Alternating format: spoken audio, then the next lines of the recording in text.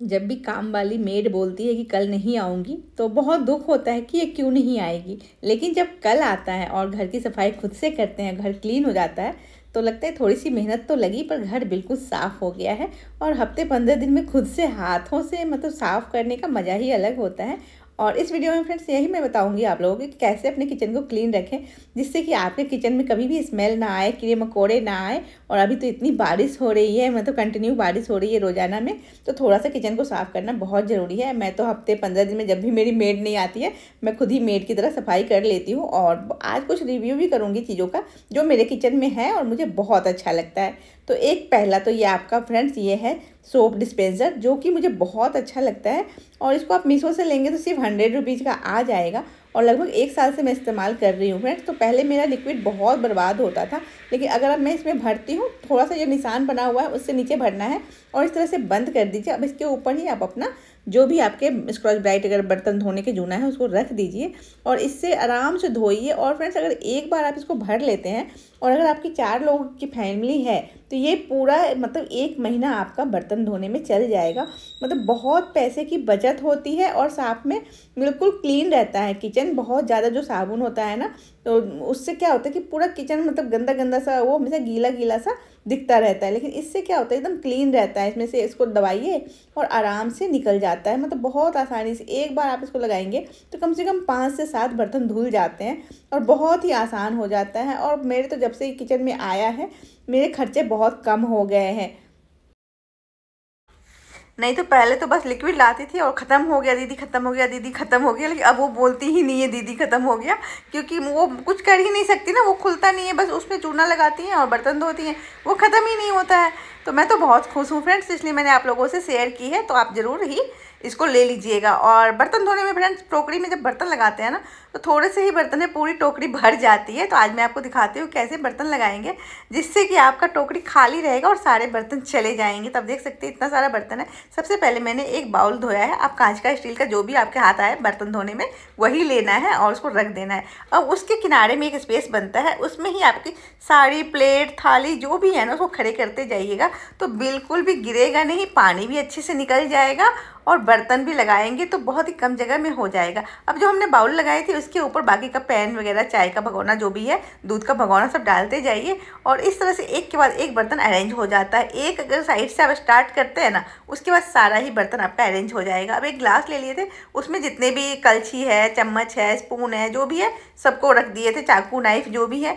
तो इस तरह से अगर आप बर्तन लगाते हैं, अब देखिए उतना बर्तन धुल गए और टोकरी बिल्कुल मेरी खाली है। मतलब इस तरह से कोई भी ग्लास ले लीजिएगा, उसमें डाल दीजिएगा तो बर्तन बिल्कुल खाली हो जाता है। और मेरा तो डबल सिंक है तो नीचे पानी चला जाता है, इसलिए मुझे सिंपल बास्केट से मेरा काम चल जाता है। और यहाँ पे ये देख सकते हैं मैंने पूजा के लिए एक अलग लगा रखे हैं और ये बर्तन धोने का मैंने 2-2 ले रखे हैं, मुझे इतना ज़्यादा ही अच्छा लगता है। और उसके बाद आप इस तरह से बर्तन को अरेंज करिए और यही सब चीज़ें होती है, छोटी छोटी चीज़ें होती है। तो चलिए अब आती है बारी डस्टबिन की। बर्तन तो धुल गए, तो अब बारी डस्टबिन की है। सबसे पहले तो कूड़ा निकालेंगे और इसको बांध के साइड में रखेंगे और फिर नया वाला जो पॉलीथीन है वो लगा देंगे डस्टबिन में। तो 2 बने हुए हैं मेरे, तो एक में मैं रखती हूँ पॉलीथीन वगैरह और दूसरे में निकाल के लगा लेती हूँ।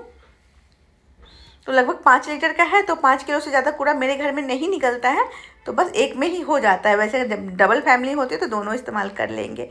और इस तरह से सारे कूड़ा निकाल दिया है। आजकल तो ये बैग आ जाता है।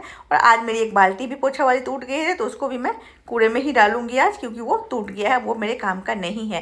तो इस तरह से सारी काम, ये डस्टबिन निकालने से पहले मैंने इसको खाली किए थे और इसको क्लीन किए थे और उसके बाद मैंने डिटॉल स्प्रे किया था। तो डिटॉल मैं रखती हूँ स्प्रे बॉटल में हर एक वॉशरूम में और एक किचन में। इस तरह से स्प्रे कर लेती हूँ मैं जब भी मैं डीप क्लीन करती हूँ। वैसे भी करती रहती हूँ, पर जब डीप क्लीन करते हैं तो करने का, पोछने के बाद, अच्छे से करने के, डस्ट करने के बाद ये डिटॉल वाला पानी जो है मैं स्प्रे कर देती हूँ। तो मैं डिटॉल लेती हूँ, उसमें पानी मिक्स करके भर देती हूँ और मतलब हफ्ते में ये ख़त्म हो जाता है। फिर नया भर लेती हूँ, 5-6 चम्मच मतलब डिटॉल लेती हूँ और बाकी का पानी भर के इसको रख लेती हूँ। अब आई बारी किचन की क्लीनिंग की, तो बाकी बर्तन भी धुल गए। तो अब मैंने सोचा चलो मेड नहीं आई है तो किचन को धुल दे दें। पोछा तो वो लगा ही लेती है, आज क्यों ना मैं धुल दूँ।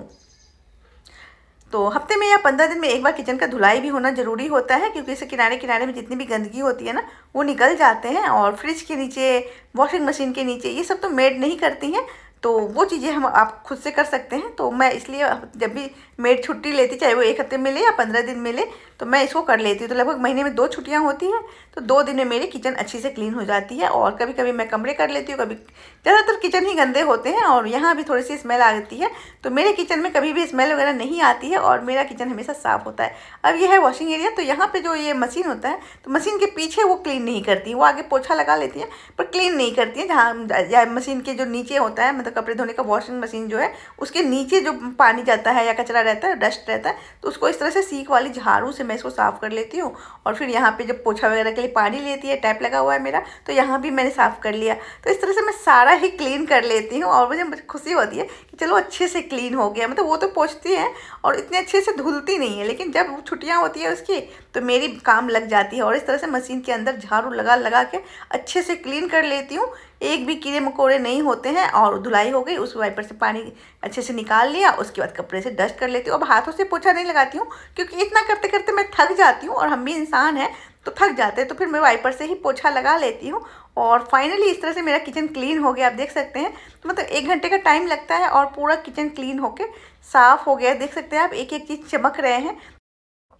फ्रेंड्स, घर मेरा है तो सफाई भी मुझे भी करनी पड़ेगी क्योंकि दूसरे जो आते हैं ना, वो भी 10 घर जाते हैं और थक जाते हैं। वो भी थकते हैं, इंसान है, तो पैसे के लिए काम करते हैं वो लोग, तो उनकी भी मतलब मजदूरी को समझिए और इस तरह से अपना हफ्ते में कर लीजिए। घर आपका बिल्कुल साफ़ सुथरा चमकता हुआ रहेगा और कभी भी स्मेल नहीं आएगी। बहुत घर में मैं जाती हूँ तो मतलब किचन से स्मेल आती है या डस्टबिन के पास भी स्मेल आती है, तो उन चीज़ों को दूर रखने के लिए ही ये डिटॉल वगैरह का स्प्रे करना होता है और ये आप ज़रूर करिए फ्रेंड्स। और ये जो सोप डिस्पेंसर मैंने बताया, ये तो ले ही लीजिए, ये आपके महीने का बहुत पैसा बचाएगा। बहुत सारा आपका पैसे बचत होंगे और आपको बहुत खुशी होगी।